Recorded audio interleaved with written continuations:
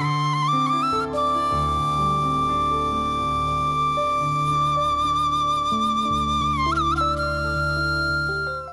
TV நேயர்களுக்கு இனிய காலை வணக்கம். இன்றைய நாள் உங்கள் எல்லோருக்கும் இன்பகரமான நாளாக அமையட்டும். அதே நேரத்திலே ஒரு ஆய்வு முடிவு, ஒரு ரிசர்ச் பேப்பர் ஒன்று வந்திருக்கிறது. இந்த ஆய்வு முடிவிலே குடும்பம் மற்றும் வீடு சார்ந்த பிரச்சனைகள், இந்த மூன்றாம் மண்டல நாடுகள், எங்களை போன்ற இலங்கை போன்ற இந்த வறுமை கோடு அபிவிருத்தி அடைந்து வர நாடுகள்ல இன்று வீடு சார்ந்த பிரச்சனைகள், குடும்பம் சார்ந்த பிரச்சனைகள் அதிகரித்து விட்டன.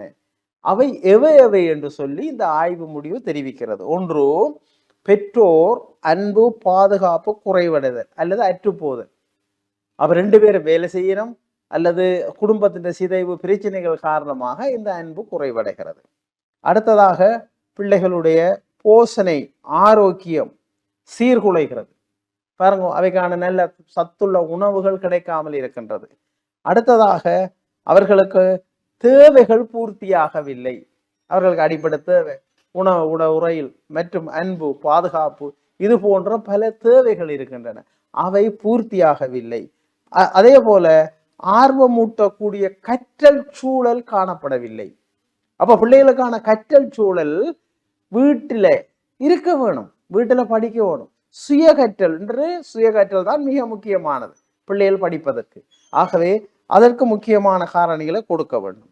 அதே நேரத்தில் கணிப்பு, மதிப்பு, பொறுப்பேற்றல் அற்றுப்போதல், அவங்கள கவனிக்கிறது இல்லை, பொறுப்பேற்றல் அவங்களுக்கு இல்லாம இருக்கு. இவற்றை குடும்பங்கள்ல கொடுக்கிறார்கள் இல்லை. இது ஒரு பிரச்சனையாக இருக்கிறது. அடுத்ததாக, மகிழ்ச்சி, சந்தோஷமாக இருத்தல், களிப்புடன் இருத்தல், அப்ப இந்த ஒரு சுற்றுலாவுக்கு போய் வருதல், இது போன்ற வாய்ப்புகள் பிள்ளைகளுக்கு இன்று குடும்பத்திலே குறைவாக காணப்படுகிறது. அப்ப இதனால குடும்ப இசைவாக்கம், அப்பா அம்மா பிள்ளை உறவு, ஒரு வகை கூறுதல், பொருத்தப்பாடு, மனித உணர்வு, இந்த இசைவாக்கங்கள் பிள்ளைகளுக்கு குறைவாக காணப்படுகின்றன. அப்ப இதோட சேர்த்து வறுமையும் பொருளாதார தாக்கங்கள் நாட்டில், இப்ப இலங்கை போன்ற நாட்டில் அது ஒரு பெரிய பிரச்சனையாக இருக்கிறது. அன்றாட வாழ்க்கை செலவு அதிகரித்து விட்டது, வறுமை. இன்னும் இது இந்த குடும்ப நிலையில வீட்டுல பெரிய பாதிப்பை ஏற்படுத்துகின்றது. அப்ப இது இந்த அடுத்த பாதிப்பாக பெற்றோர் பிரிவு, பெற்றோர் இந்த போதைவஸ்து போன்றவற்றை பாவிக்கிறது. ஆக ஒரு குடும்ப அல்லது வீடு இவ்வாறான பல பாதிப்புகளை, பல தாக்கங்களை இன்றைய சமகாலத்துல எதிர்நோக்கி இருக்கின்றது. அப்ப இந்த தாக்கங்கள்ல இருந்து விடுபடுகின்ற சூழலை ஏற்படுத்த வேண்டும்.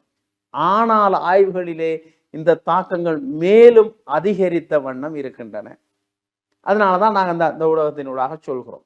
அப்ப இந்த நிகழ்ச்சியை பார்க்கின்றவர்கள், இந்த நிகழ்ச்சியை கேட்கின்றவர்கள், இன்னும் நீங்கள் உங்களோடு இருக்கின்றவர்கள், உங்களுடைய குடும்பத்தவர்கள், உங்களுடைய வீட்டில அப்ப என்னென்ன தேவைகள் பூர்த்தியாக வேணும், அடிப்படை தேவைகள், பிள்ளைகளுடைய தேவை, அந்த தேவைகளை பூர்த்தியாக்க வேண்டும். ஆக பெற்றோருடைய கடமை, பெற்றோரியம் என்று ஒரு கல்வி வளர்ந்து விட்டது. பெற்றோருடைய கடமை தங்களுடைய பிள்ளைகளை சரியாக வளர்க்க வேண்டும். நிதி தேவை, தேவைக்கு நிதி தேவை, தேவையில்லாததுக்கு அதிகமான நிதி தேவையில்லை. பிள்ளைகளை சரியாக வளர்க்க வேண்டும், அவர்களுடைய தேவைகளை சரியாக பூர்த்தி செய்ய வேண்டும். மிக முக்கியமாக அன்பு, கணிப்பு, காப்பு தேவைகளை பூர்த்தி செய்து அந்த பிள்ளைகளை வளமான ஆளுமை உள்ளவர்களாக்க வேண்டும். ஆகவே இந்த குடும்பத்தில் ஏற்படுகின்ற தாக்கங்களை படிப்படியாக குறைக்க வேண்டும். அப்ப இதற்கான விழிப்புணர்ச்சி, இதற்கான கலந்துரையாடல்கள், இதற்கான குடும்பங்களை வலுவூட்டுதல் தொடர்பாக, பாடசாலை மாணவர்களுடைய குடும்பங்களை வலுவூட்டுதல் தொடர்பாக பாடசாலையில பெற்றோர்களுக்கான விழிப்புணர்வு, முன்பள்ளிகளில் பெற்றோர்களுக்கான விழிப்புணர்வு, சுகாதார திணைக்களமும் கல்வி திணைக்களமும் சேர்ந்து ஊடகங்களினூடாக இது தொடர்பான விழிப்புணர்வுகளை இன்று மிக வேகமாக செய்து வருகிறார்கள். ஏனென்று சொன்னால் சமூகத்தின் அடிக்கட்டுமானம் சிதைந்துவிடும். பாருங்க, குடும்பங்கள் சிதைந்தால் சமூகத்தின் அடிக்கட்டுமானம் சிதைந்துவிடும். இந்த சமூகத்தின் அடிக்கட்டுமானங்கள் பல சிதைந்து காணப்படுகின்றன. இந்த சிதைவினால்தான் வன்முறைகளும் பல முரண்பாடுகள் ஏற்படுகின்றன. ஆகவே இதிலிருந்து குடும்பங்களை வலுவூட்டுவதற்கான செயற்பாடுகளை மேற்கொள்வோம். நன்றி, வணக்கம்.